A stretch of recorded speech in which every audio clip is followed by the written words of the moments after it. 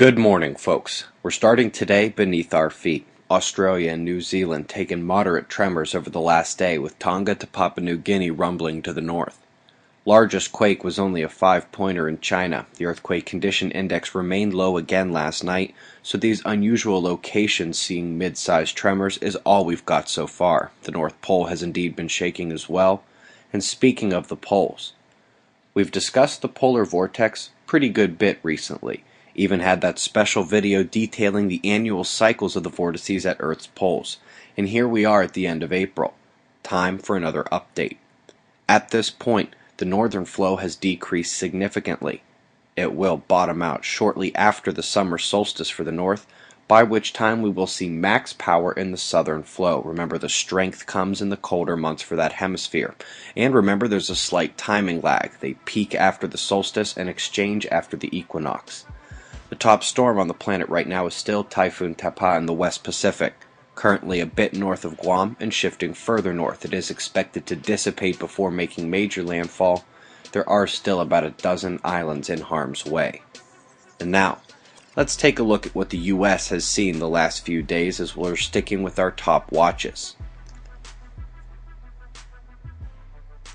It's going to be a lighter day down under and in Europe, but we are looking back at the first major tornado outbreak of the season. Had a couple drop this year, but nothing like this one. Like a slow-motion disaster, you just sit there looking at the wind map, watching the convergence, and just know there's nothing you can do but wait. The warning zone this evening is slightly smaller, but due to coastal populations, we'll have more in harm's way this evening than the past 2 nights. Shifting to the skies. 4 days ago, a weak coronal hole turned off the disk with a southern one hard to see below. As of this morning, Earth is taking the solar wind stream from those openings, the coronal hole stream. The signature is a density rise followed by speed. Granted, as we're not even to 400 kilometers per second, the stream is weaker than a wet paper towel, but it was definitively that coronal stream as our BZ was pushed south immediately upon impact, and the sensitive meters are showing the proton waves having a significant effect on near-Earth energy.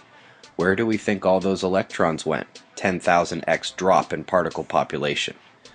That red down south is the one that was mostly blocked. Meanwhile, blue coronal fields curl around the incoming green positive opening to the left. It's the next coronal hole, and it's of below average power. If that doesn't change, the earthquake index won't rise much. Meanwhile, the solar flaring, not rising at all. Sunspots or no sunspots. We'll start with the grouping on the south, nearest to the center. We do see bipolarity, both charge forces, positive leads in the south and negative trails. The separation is 90% there. Meanwhile, the much larger umbral cores are found incoming closer to the limb on the south.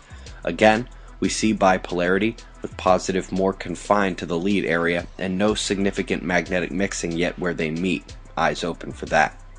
These groups appear to have the ability to mix, but just have not done so, and since cresting onto the Earth-facing disk, they have produced absolutely nothing. Couple final notes. We had a small sun-diving comet the last few hours, not really visible on Lascaux C3, and barely visible here. So far, we've seen only smaller eruptions, little one center disk that is of no practical concern, and we'll also see a western filament release in our shots of our star to close. Eyes open. No fear, it's 6:30 a.m. Eastern Time, and that's the news. Be safe, everyone.